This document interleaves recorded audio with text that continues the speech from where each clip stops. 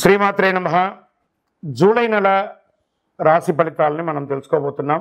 అంతకంటే ముందు జూలై నెలలో పర్వదినాలు ఏమేమి ఉన్నాయి అని ఎత్తుకుంటే ఆషాఢ మాసం, శ్రావణ మాసం అనుబంధంగా ఉన్నటువంటి పర్వదినాల్లో జూలై 6వ తారీఖున తొలి ఏకాదశి, అంటే ఇప్పటి నుండి మొదలు పెడితే మహాశివరాత్రి వరకు పండగలే, ప్రతి నెల పండగలే, పూజలే, వ్రతాలే ఇవే ఉంటాయన్నమాట. జూలై 6వ తారీఖున తొలి ఏకాదశి, జూలై 10వ తారీఖున గురు పౌర్ణమి, జూలై 14వ తారీఖున సంకష్టహర చతుర్థి, వెంటనే శ్రావణ మాసం కూడా వచ్చేస్తుంది. పండగలు ప్రతి ఒక్కళ్ళు కూడా వస్తున్నటువంటి పండగలన్నింటినీ దృష్టిలో పెట్టుకొని ఏ రకమైనటువంటి రిచువల్స్, ఏ పద్ధతుల ప్రకారం చేయాలో ఆ పద్ధతి ప్రకారంగా చేసుకోండి. ఈ జ్యోతిష్యం అనేది ప్రతి ఒక్కరికి కూడా నాకు ఈ నెల ఎలా ఉంటుంది, నాకు వ్యాపారం బాగుంటుందా, నాకు ఉద్యోగం బాగుంటుందా, నాకు వివాహం అవుతుందా, నేను రాజకీయాల్లో బాగుంటానా, నాకు సంతానం అవుతుందా,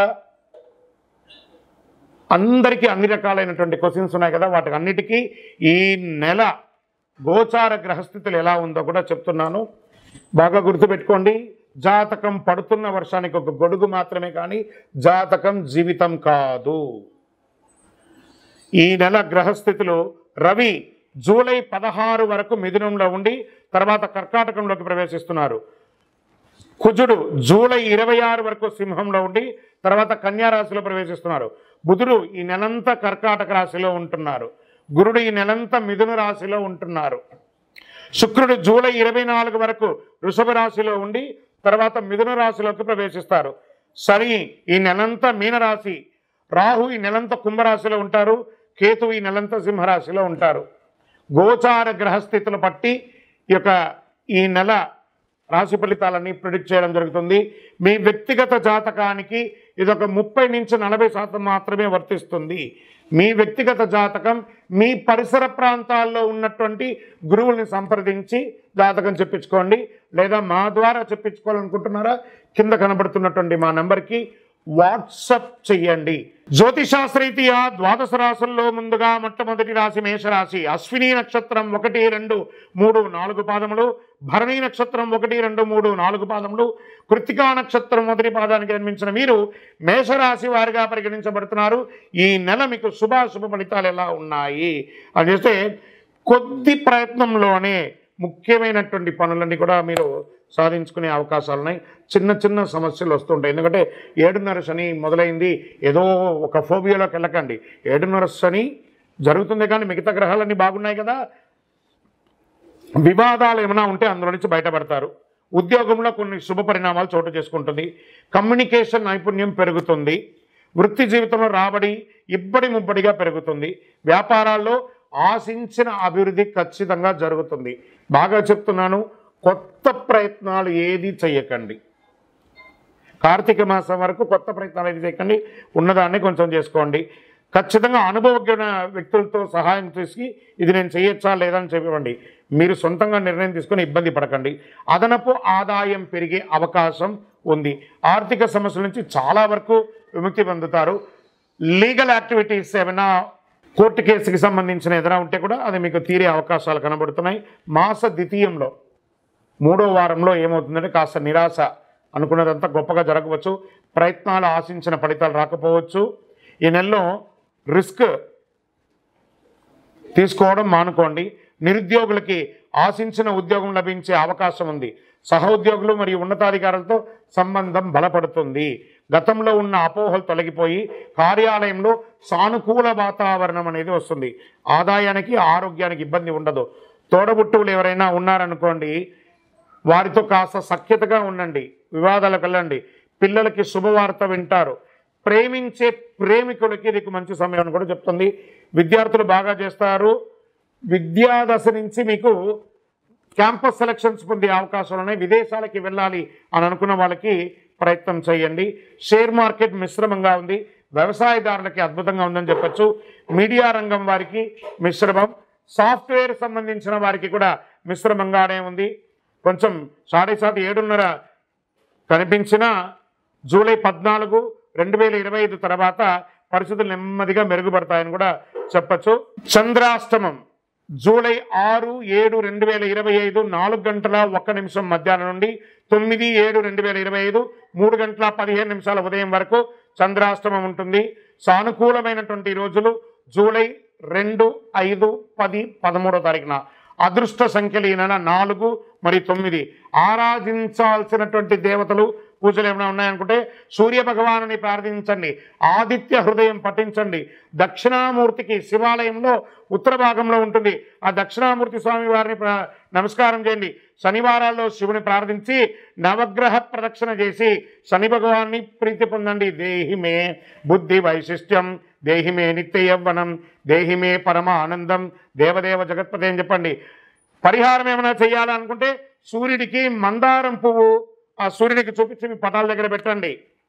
ఆదిత్య హృదయం బాగా పారాయణం చేయండి. మీ యొక్క ఇంటి ఇలవేల్పును ప్రార్థన చేయండి. ఇంకనూ సకల దోషాలు తొలగాలంటే అతి శక్తివంతమైనటువంటి కరుంగాలిమాలను ధరించండి. ఈ మధ్య కరుంగాలిమాల చాలా ప్రాముఖ్యమైంది కదా.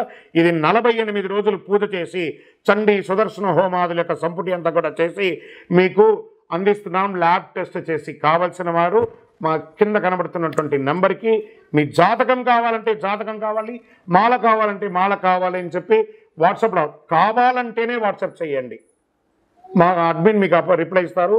ఇంకను ఈ ద్వాదశ రాశి ఫలితాలు పొందినవారు, ద్వాదశ రాశుల్లో ఉన్న ప్రతి ఒక్కరు కూడా మీరందరూ కూడా ఆయురారోగ్య ఐశ్వర్య భోగభాగ్యాలతో ఉండాలని అఖిలాండ కోటి బ్రహ్మాండ నాయకుడు శ్రీ ధర్మశాస్త్ర అయ్యప్ప స్వామి వారిని ప్రార్థన చేస్తూ తిరుపతిలో 18 అవతారాలుగా కొలువై ఉన్నటువంటి అయ్యప్ప స్వామి వారి దేవాలయం జీవకొండలో ఉంది.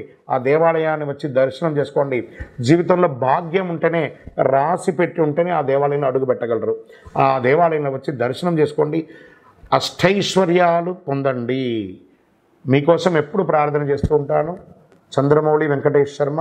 వందే మాతరం, వందే మాతరం, వందే మాతరం. కరుంగాలిమాల ఈరోజు ఎక్కడ చూసినా సమాజంలో కరుంగాలిమాలకు గురించి బాగా మాట్లాడుతున్నారు. ఇదేదో ఒక దేవాలయానికి సంబంధించింది కాదండి. ఎక్కడో తమిళనాడులో ఒక దేవాలయంలో అది తయారవుతుంది కానీ కాదు.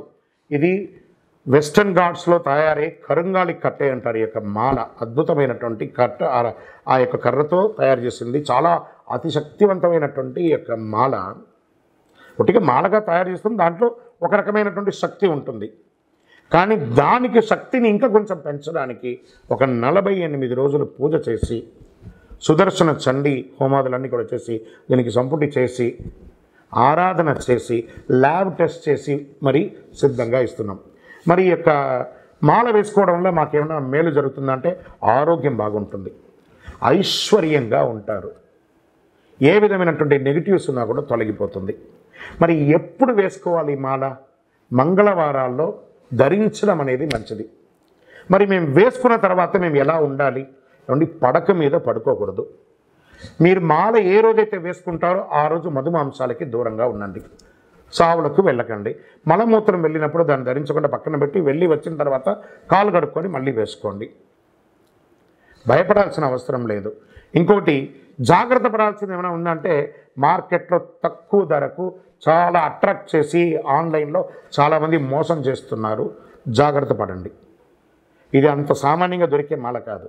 ఎవరు పడితే వాళ్ళు ఇచ్చేయడానికి.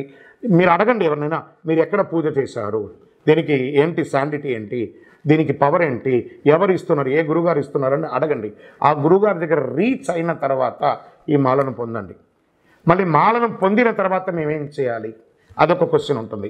ఏమంటే ఇప్పుడు మీ ఫోన్ వాడుతున్నారు కదా, ఏదో ఒక కంపెనీ ఫోన్ వాడతారు. ఆ కంపెనీ వాడు ఛార్జర్తో సహా ఇచ్చేస్తాడు డబ్బులు పెట్టి.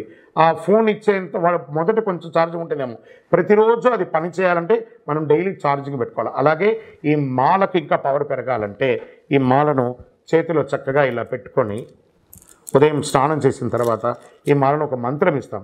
ఆ మంత్రాన్ని చెప్పి జపం చేసుకోండి. అప్పుడు అందులో పవర్ పెరుగుతుంది. ఆల్రెడీ 48 రోజులు చేసిన పూజ పవర్ ఉంటుంది. మీరు కూడా ప్రతిరోజు ఆ జపం చేసుకోవడం వల్ల ఇంకా ఈ మాలకు శక్తి పెరుగుతుంది. అప్పుడు మీరు అన్ని రకాలైనటువంటి ఫలితాలను పొందుతారు. మాల కావాల్సిన వారు మా ఈ ఫోన్కి వాట్సాప్ చేయండి మాల కావాలని. తప్పకుండా మా అడ్మిన్స్ మీకు రిప్లై ఇస్తారు. విజయోస్తు.